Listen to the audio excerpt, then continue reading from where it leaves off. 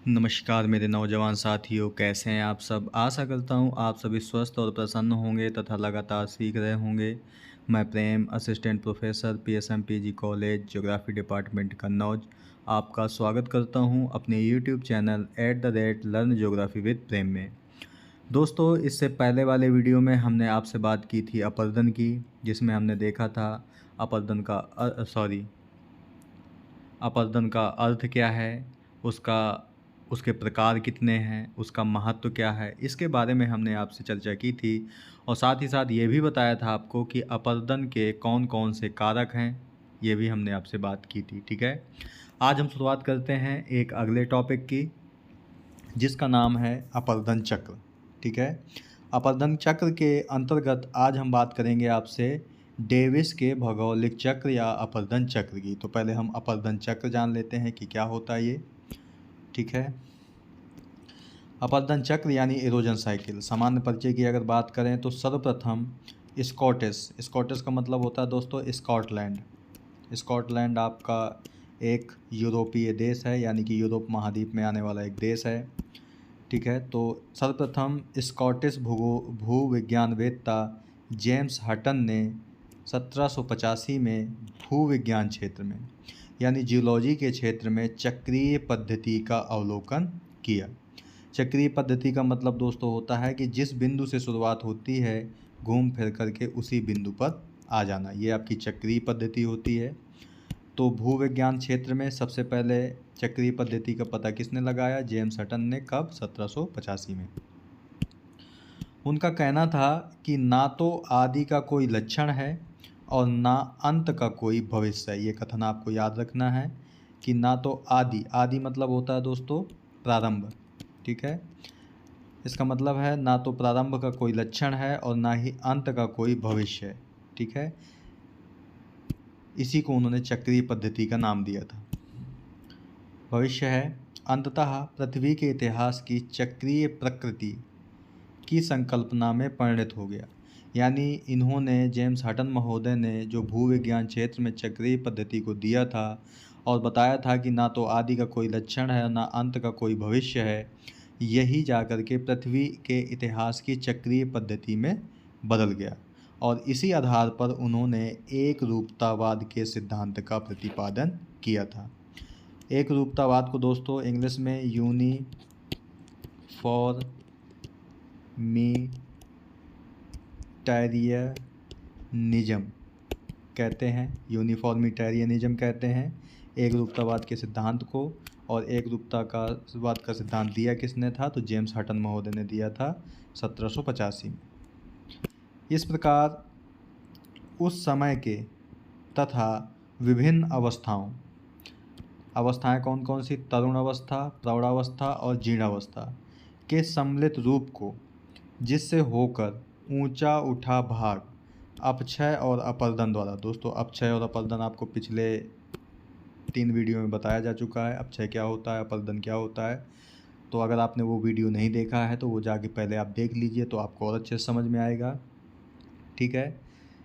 तो होकर ऊंचा उठा हुआ भाग अपक्षय और अपरदन द्वारा समतल प्राय मैदान में बदल गया है, अपरदन चक्र कहते हैं। इस अपरदन चक्र को डेविस महोदय ने भौगोलिक चक्र यानी जियोग्राफिकल साइकिल नाम दिया था, ठीक है? मान लीजिए कोई सामान्य भूभाग है दोस्तों, ये अंतर्जात बल इस पर काम करते हैं तो इसका उत्थान प्रारंभ होता है, ठीक है?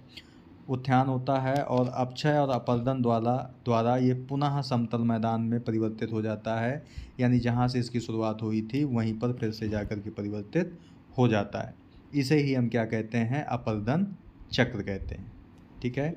और इसी को डेविस महोदय ने क्या नाम दिया? भौगोलिक चक्र नाम दिया था। कुछ प्रमुख अपरदन चक्र के सिद्धांत हैं दोस्तों, उन्हें भी आप देख लीजिए। अपरदन चक्र या भौगोलिक चक्र सिद्धांत डेविस महोदय ने 1899 में दिया। डेविस ने 1905 में शुष्क प्रदेशों में, शुष्क मतलब दोस्तों जो मरुस्थलीय भाग हैं आपके, ठीक है, शुष्क प्रदेशों में शुष्क अपरदन चक्र यानी एरिड साइकिल ऑफ इरोजन की संकल्पना का भी प्रतिपादन किया। यानी डेविस महोदय ने 1899 में अपरदन चक्र या भौगोलिक चक्र दिया और 1905 में शुष्क अपरदन चक्र दिया था।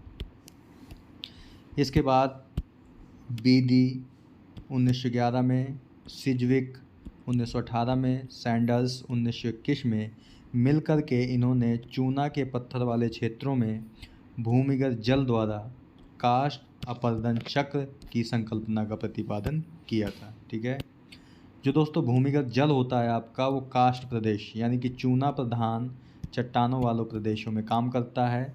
इसी आधार पर उन्होंने दिया था काष्ठ अपरदन चक्र की संकल्पना का प्रतिपादन किया था बीडी, स्विज्विक और सैंडर्स महोदय ने। इसके बाद भी कई चक्र आए, जैसे सागरीय अपरदन चक्र, हिमानी अपरदन चक्र, परिहिमानी अपरदन चक्र। परिहिमानी अपरदन चक्र दोस्तों पेल्टियर ने 1950 में दिया था, तो ये भी आपको याद रखना है। इसके बाद सवाना अपरदन चक्र आया, जिसे पफ तथा टॉमस ने 1966 में दिया था। इसके बाद आया दोस्तों गतिक संतुलन सिद्धांत, ये दिया था स्टालर महोदय ने 1952 में, हैक 1960 और चोल्ले 1962। यानी स्टॉलर, हैक और चोल्ले ने मिलकर के गतिक संतुलन सिद्धांत का प्रतिपादन किया था। ठीक है, इसके बाद दोस्तों हमने अभी आपको बताया कि कोई एक उठा हुआ भाग पुनः समतल मैदान में परिवर्तित हो जाता है, तो इस समतल मैदान को डेविस महोदय ने नाम दिया था पेनी प्लेन, क्रिकमे महोदय ने नाम दिया था पैन प्लेन और पेडी प्लेन नाम दिया था एलसी किंग महोदय ने। तो ये दोस्तों नाम भी आपको याद रखने हैं। ठीक है, ये कंपटीशन एग्जाम में आपसे पूछे जाते हैं। आज हम बात करते हैं आपके टॉपिक की, जिसका नाम है डेविस का भौगोलिक चक्र यानी इरोजन और geographical cycle of WM Davis यानी विलियम मॉरिस डेविस। चलिए आज हम इस पर बात करते हैं। अगर हम सामान्य परिचय की बात करें दोस्तों, तो जो अपरदन चक्र सिद्धांत है या भौगोलिक चक्र सिद्धांत है वो 1899 में डेविस महोदय ने दिया था। यहाँ पर दोस्तों डेविस महोदय का एक चित्र लगाया गया है, जहाँ पर आप देख सकते हैं इनको। इन्होंने अपने अपरदन चक्र में के सिद्धांत में बताया कि भौगोलिक चक्र समय की वह अवधि है जिसके अंतर्गत उत्थित भूखंड यानी कि उठा हुआ भूभाग अपरदन के प्रक्रम द्वारा, दोस्तों अपरदन के प्रक्रम कौन से हैं आपके, जैसे बहता हुआ जल, पवन, भूमिगत जल, सागरीय लहरें, हिमानी और परिहिमानी, ये आपके अपरदन के प्रक्रम हैं। तो कोई उत्थित भूखंड अपरदन के प्रक्रम द्वारा प्रभावित होकर एक आकृति विहीन समतल मैदान में बदल जाता है। ये कथन दोस्तों आपको याद रखना है, ये कथन आपको लिखना पड़ेगा। ठीक है, इंग्लिश में अगर बात करें तो इन्होंने बताया कि geographical cycle is a period of time during which an uplifted यानी उत्थित लैंडमास, उत्थित भूखंड undergoes its transformation by processes मतलब दोस्तों प्रक्रम। ठीक है, processes of land sculpture ending into a low featureless plain और पेनी प्लेन। ठीक है, तो ये आपको याद रखना है। तो पेनी प्लेन में परिवर्तित हो जाता है। इस तरह जो डेविस महोदय थे उन्होंने स्थल रूपों के विकास में चक्रीय पद्धति का अवलोकन ऐतिहासिक परिवेश में किया। यहाँ दोस्तों आपको याद रखना है कि चक्रीय पद्धति का जो अवलोकन है वो भूविज्ञान के क्षेत्र में सर्वप्रथम किसने किया था, तो जेम्स हटन महोदय ने किया था। या इसी को हम कह सकते हैं कि पृथ्वी के इतिहास की चक्रीय पद्धति, जिसे हम चट्टान चक्र, ये शब्द दोस्तों आपको याद रखना है। ये GIC 2021 में पूछा गया था कि चट्टान चक्र की संकल्पना किसने दी थी, तो वो जेम्स हटन महोदय ने दी थी। ठीक है, तो जेम्स हटन ने पृथ्वी के इतिहास की चक्रीय पद्धति, जिसे हम चट्टान चक्र की संकल्पना कहते हैं, को पता लगाया। लेकिन जो डेविस थे उन्होंने स्थल रूपों के विकास में चक्रीय पद्धति का अवलोकन किया था।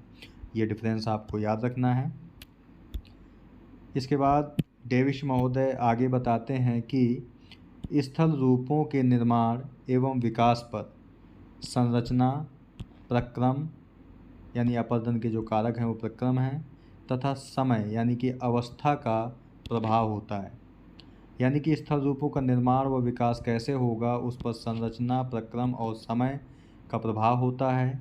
इसी आधार पर डेविस ने यह प्रतिपादित किया कि जो स्थल रूप है, स्थल रूप संरचना, प्रक्रम, समय का प्रतिफल होता है। ठीक है, तो ये आपको याद रखना है। यानी उन्होंने बताया कि जो निर्माण और विकास है एक स्थल रूप का, वो संरचना, प्रक्रम और समय पर निर्भर करता है। इसीलिए उन्होंने एक कथन दिया कि स्थल रूप संरचना, प्रक्रम तथा समय का प्रतिफल होता है। A landscape is a function of structure, processes and time. ये आपको याद रखना है। इन तीन कारकों, कौन कौन से तीन कारक? संरचना, प्रक्रम और समय, समय को ही हम अवस्था भी कहते हैं, को डेविस के त्रिकूट के नाम से जाना जाता है। तो आपको ये याद रखना है कि डेविस के त्रिकूट में किन चीज़ों को शामिल किया जाता है? तो संरचना, प्रक्रम और समय को। ठीक है, तो ये आपको याद रखना है। इसके बाद स्थल रूप जो इन्होंने बताया है संरचना, प्रक्रम और समय का प्रतिफल है, तो इसमें हम देख लेते हैं कि स्थल रूप की संरचना का मतलब क्या है। ठीक है, तो भूभाग की संरचना डेवेशियन के अपरदन चक्र का पहला कारक है। ठीक है, अपरदन चक्र भूभाग की संरचना पर निर्भर करता है। और संरचना का मतलब क्या है कि कुछ भूभाग जो होते हैं ना, वो कठोर चट्टानों से बने होते हैं जो अपरदन की प्रक्रिया को कम कर देते हैं। यानी कि कठोर चट्टान होगी तो अपरदन उतना ही कम होगा। और जो नरम चट्टानों से बने होते हैं स्थल रूप, वह अपरदन की प्रक्रिया तेजी से होती है। यानी कठोर चट्टान मतलब कम अपरदन, नरम चट्टान मतलब तेजी से अपरदन।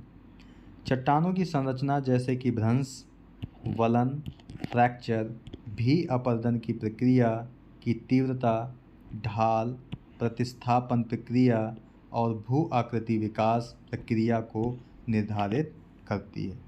ठीक है, तो जो अपरदन की प्रक्रिया है वो कौन कौन निर्धारित करते हैं? चट्टानों का कठोर होना या नरम होना, भ्रंश, वलन और फ्रैक्चर, ये सब मिलकर के स्थल रूप की विकास को प्रभावित करते हैं। इसके बाद दोस्तों प्रक्रिया, इसे हम प्रक्रम कहेंगे, जो दोनों ने दूसरा फैक्टर लिया था प्रक्रम। ठीक है, तो ये प्रक्रम हम लेते हैं अभी। जो दोस्तों प्रक्रम या प्रक्रिया था, उन्होंने प्रक्रिया का अर्थ है कि भू आकृति प्रक्रिया है, मतलब प्रक्रिया का अर्थ भू आकृतिक प्रक्रिया से है, जिसका अर्थ है कि भू आकृति एजेंटों के प्रकार से। एजेंट का मतलब दोस्तों कारक। ठीक है, कारक हमने बताया अभी 6 आपको। तो एजेंटों के प्रकार से है जो अपरदन, परिवहन, निक्षेपण गतिविधियों को निर्धारित करते हैं। और ये कारक या प्रक्रम कौन से हैं? तो बहता पानी, हवाएं, ग्लेशियर यानी कि हिमानी आपकी, भूजल, लहरें। इसके अलावा दोस्तों एक और है आपका परिहिमानी, तो ये भी आपको याद रखना है। तो 6 कारक या प्रक्रम हैं अपरदन के, जो अपरदन, परिवहन और निक्षेपण, ये तीनों काम करते हैं। ठीक है, तो ये आपको याद रखना है। इसके साथ साथ दोस्तों आगे बताया गया है कि जो बहता पानी है यानी कि जो नदी है, वो आर्द्र क्षेत्रों में सक्रिय होती है सबसे ज़्यादा, जबकि जो हवाएं हैं वो रेगिस्तानी क्षेत्रों में यानी कि मरुस्थलीय भागों में ज़्यादा सक्रिय होती है। ठीक है, इसके बाद दोस्तों उन्होंने चरण की बात की थी। चरण यानी कि दोस्तों उन्होंने समय या अवस्था को लिया था। समय या अवस्था को लिया था। ठीक है, तो डेविस का जो मॉडल है वो युवावस्था, प्रौढ़ावस्था और वृद्धावस्था से गुजरते हुए समय के साथ भू आकृतियों के क्रमिक विकास पर आधारित है। तो ये भी आपको याद रखना है कि इन्होंने जो समय चरण जो भी बताया, इन्होंने वो 3 बताए थे, युवावस्था, प्रौढ़ावस्था और वृद्धावस्था, और इसी से भू आकृतिक क्रमिक विकास पर आधारित है। ठीक है, तो ये भी आपको याद रखना है।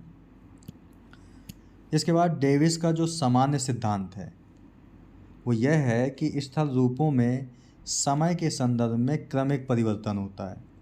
यहाँ पे क्रमिक परिवर्तन का मतलब क्या है दोस्तों, कि जो स्थल रूप है आपका वो युवा अवस्था, प्रौढ़ावस्था और वृद्धावस्था, इन समयों से होकर के लगातार क्रमिक रूप से परिवर्तित होता रहता है। क्रमिक रूप से परिवर्तन होने का मतलब है कि पहले वो युवा होता है, युवावस्था में होता है, फिर प्रौढ़ावस्था में बदल जाता है और इसके बाद वृद्धावस्था में परिवर्तित हो जाता है। इसके बाद दोस्तों यहाँ पे उत्थान और अपरदन की बात उन्होंने बताई, और क्या बताया कि डेविस का जो अपरदन चक्र है वो स्थल खंड में उत्थान के साथ प्रारंभ होता है। यानी कि कोई भी जो भूभाग है आपका अंतर्जात बलों के द्वारा जैसे ही उत्थान होता है उसका अपरदन चक्र प्रारंभ हो जाता है। ठीक है, लेकिन जो उत्थान की अवधि होती है वो छोटी होती है, तथा जब तक उत्थान चलता रहता है तब तक अपरदन प्रारंभ नहीं होता है। तो ये आपको फैक्ट याद रखना है, क्योंकि यहीं से इनकी आलोचना की भी शुरुआत होती है। इन्होंने बताया कि एक जो भूभाग है जैसे ही उस पर उत्थान होता है वैसे अपरदन प्रारंभ हो जाता है, लेकिन जो उत्थान की अवधि होती है वो बहुत कम होती है, और जब तक उत्थान चलता है तब तक अपरदन प्रारंभ नहीं होता है। ठीक है, परंतु जैसे ही उत्थान पूर्ण हो जाता है अपरदन प्रारंभ हो जाता है, तथा यह चक्र के अंत तक चलता रहता है। ठीक है, तो ये फैक्ट आपको याद रखना है, क्योंकि इसी को आधार बना करके कई विद्वानों ने इनकी आलोचना की, इनके सिद्धांत की। इस तरह उत्थान तथा अपरदन कभी साथ साथ नहीं चलते, ये भी आपको याद रखना है, क्योंकि इन्होंने बताया कि उत्थान जब समाप्त हो जाता है तब अपरदन प्रारंभ होता है। तो जाहिर सी बात है कि उत्थान और अपरदन साथ साथ नहीं चलते। डेविस का यह भी मत है जो डेविस का यह मत है कि उत्थान समाप्त होने के बाद अपरदन प्रारंभ होता है, वो भ्रामक है, क्योंकि प्रकृति में अपरदन उत्थान की समाप्ति की प्रतीक्षा नहीं कर सकता। ठीक है, जाहिर सी बात है कि अगर कोई भी मान लीजिए समतल भूभाग है, इस पर अंतर्जात बल के द्वारा जब कोई स्थल रूप उत्थान होता है किसी स्थल रूप का, तो प्रकृति अब इसका इंतज़ार नहीं करेगी कि इसका पहले पूरा उत्थान हो जाए इसके बाद में इसे अपरदित करूं, बल्कि जैसे ही उत्थान प्रारंभ होता है अपरदन भी लगातार प्रारंभ हो जाता है और वह पुनः समतल मैदान में परिवर्तित हो जाता है। ठीक है, इसके बाद दोस्तों हम इनके सिद्धांत की मान्यताओं की बात कर लेते हैं कि इनकी मान्यताएं क्या थी। आपको दोस्तों याद रखना है कि कोई भी सिद्धांत जो होता है वो कुछ मान्यताओं पर ही आधारित होता है। ठीक है, तो इनकी मान्यताएं क्या थी कि जो स्थल रूप है वो अंतर्जात एवं बहिर्जात कारकों की पारस्परिक क्रिया का प्रतिफल है। ठीक है, अंतर्जात बल दोस्तों क्या होते हैं, जो पृथ्वी के यानी कि भूगर्भ से काम कर रहे हैं, और जो बहिर्जात हैं मतलब जो ऊपर से काम कर रहे हैं। ठीक है, जैसे वायुमंडलीय कारक हैं आपके जितने। स्थल रूपों का विकास इस तरह क्रमिक रूप में होता है कि पर्यावरणीय दशाओं में परिवर्तन के अनुरूप स्थल रूपों का व्यवस्थित क्रमबद्ध अनुक्रम उत्पन्न होता है। ठीक है, कहने का मतलब ये है कि स्थल रूपों का जो स्वरूप है वह पर्यावरणीय दशाओं में परिवर्तन के अनुरूप होता है। ठीक है, यानी जैसे जैसे पर्यावरणीय दशाओं में परिवर्तन होता है वैसे स्थल रूपों में भी परिवर्तन होता रहता है। ठीक है, इसके बाद उन्होंने आगे मान्यता में बताया कि नदियाँ तब तक अपनी घाटी को गहरा करती हैं। दोस्तों नदी की घाटी का मतलब है कि मान लीजिए कोई क्षेत्र है और यहाँ पर एक नदी बह रही है, तो जो गहराई में नदी बह रही होती है उसकी घाटी होती है। ठीक है, तो यही बात बताई गई है कि नदियाँ तब तक अपनी घाटी को गहरा करती हैं जब तक कि वे प्रवणित या क्रमबद्ध ना हो जाएं। ठीक है, क्रमबद्ध का मतलब जब तक ये अपने सागर तल को ना प्राप्त कर लें। ठीक है, जाहिर सी बात है दोस्तों, कोई भी जो नदी होती है वो सागर के तल यानी कि सागर का जल अगर इस तरह भरा हुआ है तो कोई भी नदी इसी तल तक अपनी घाटी को काट सकती है, क्योंकि अगर इसके नीचे काटेगी तो सागर का जल इसमें भरने लगेगा, तो ऐसा तो कभी हो नहीं सकता है। ठीक है, तो नदी अपनी घाटी को तब तक गहरा करती है जब तक कि वो प्रवणित या क्रमबद्ध ना हो जाए, यानी कि सागर तल को प्राप्त ना कर ले। इस स्थिति की प्राप्ति के बाद नदियाँ पार्श्विक अपरदन द्वारा अपनी घाटी को चौड़ा करने लगती हैं। ठीक है, यानी कि पहले वो अपनी घाटी को गहरा करती हैं और जब वो प्रवणित या क्रमबद्ध हो जाती हैं तो वो अपनी घाटी को चौड़ा करने लगती हैं। ठीक है, जो स्थल रूप का उत्थान है दोस्तों, वो तीव्र गति से लघु अवधि में पूर्ण हो जाता है। ये भी हमने अभी बताया आपको। ज्ञातव्य है कि डेविस ने यह भी व्यक्त किया है कि परिस्थितिवश अन्य स्थितियों में मंद गति से भी उत्थान हो सकता है। ठीक है, और जब तक उत्थान समाप्त नहीं हो जाता अपरदन प्रारंभ नहीं होता। ये कथन आपको बहुत बेसिकली याद रखना है। ठीक है, क्योंकि जो अगला सिद्धांत है वो इसी को बेस बना करके दिया गया है। अपरदन चक्र के संबंध में डेविस के और भी मत हैं, उसे भी हम देख लेते हैं। बेसिकली ये कह सकते हैं कि इन्हें संक्षिप्त रूप में लिखा गया है कि विश्व के प्रत्येक भू आकृति समय के साथ एक अनुक्रम अनच्छादन प्रक्रिया से गुजरता है। अनच्छादन में दोस्तों अपरदन और अपक्षय आपका दोनों शामिल होते हैं। ठीक है, अपरदन और अपक्षय दोनों शामिल होते हैं। तो कोई भी भू आकृति यानी कि जो स्थल रूप है वो अनच्छादन प्रक्रिया से गुजरता ही गुजरता है समय के साथ साथ। प्रारंभ में जो अपरदन गतिविधियों की शुरुआत से पहले भूभाग एक सपाट सतह होता है।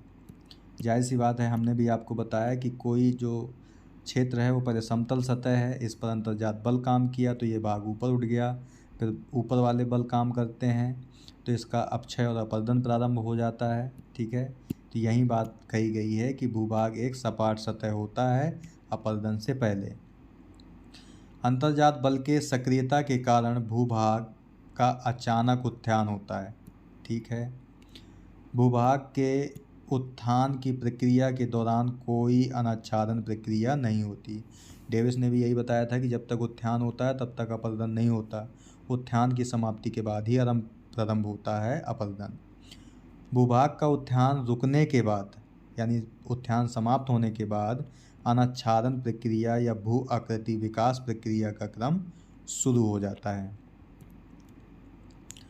जो दोस्तों उत्थित भूभाग है यानी कि जो उठा हुआ भूभाग है वो युवावस्था प्रौढ़ावस्था से होते हुए वृद्धावस्था में चला जाता है। यह सब समय के साथ अनुक्रम परिवर्तन होता रहता है और वृद्धावस्था में भूभाग की अंतिम स्थल रूप पेनेप्लेन होता है। पेनेप्लेन शब्द किसने दिया था? डेविस महोदय ने दिया था। ठीक है, यानी वृद्धावस्था में पहुंचने के बाद यानी वृद्धावस्था की भी जो अंतिम अवस्था होती है, अंतिम स्थल रूप पेनेप्लेन बन जाता है। समान जलवायु परिस्थितियों में पेनेप्लेन का विकास समान होता है, यानी कि अगर जलवायु की परिस्थितियां समान हैं तो पेनेप्लेन भी समान बनेगा। स्थल रूपों का विकास ढलान गिरावट के रूप में होता है। ढालान गिरावट का मतलब है दोस्तों कि एक जो उठा हुआ भाग है इसका ढाल लगातार गिरता रहता है। ठीक है, कहने का मतलब दोस्तों यही है। तो दोस्तों आज की वीडियो में हम यहीं तक बात करते हैं क्योंकि वीडियो आपका धीरे धीरे लंबा होता जा रहा है। ठीक है, तो ये अपरदन चक्र यानी कि डेविस के अपरदन चक्र सिद्धांत का पार्ट 1 है। पार्ट 2 में हम इसे समाप्त करने की कोशिश करेंगे। अगर नहीं भी समाप्त होता है तो हम फिर पार्ट 3 में इस पर बात करेंगे, लेकिन हम आपसे अच्छे डिटेल से बात करेंगे इसमें। ठीक है, तो जो अभी तक डेविस ने बताया है उस पर हम आगे बात करेंगे कि डेविस के सिद्धांत का ग्राफ द्वारा प्रदर्शन। ठीक है, तो आज की वीडियो में हमने आपसे दोस्तों बात की कि अपरदन क्या होता है। इसके बाद कई सारे अपरदन चक्र सिद्धांत दिए गए, उनकी भी बात की हमने। फिर पेनप्लेन और पेडीप्लेन के बारे में बताया। फिर इसके बाद हमने डेविस के भौगोलिक चक्र के बारे में बताया आपको। ठीक है, इसके बारे में हमने बताया कि स्थल रूप संरचना प्रक्रम तथा समय का प्रतिफल होता है। फिर हमने बताया कि संरचना क्या है, कारक क्या है, चरण या समय अवस्था क्या है, उत्थान और अपरदन क्या है, उनके सिद्धांत देने का मुख्य उद्देश्य क्या था, उनकी मान्यताएं क्या थी, इनके बारे में हमने भी आपसे चर्चा की है। ठीक है दोस्तों, तो दोस्तों आज की वीडियो में यहीं तक। मिलते हैं आपसे नेक्स्ट वीडियो में इसी टॉपिक के पार्ट 2 के साथ। तब तक के लिए नमस्कार। आप प्रसन्न रहिए, खुश रहिए, मुस्कुराते रहिए और लगातार सीखते रहिए, कभी अपने लिए तो कभी अपनों के लिए।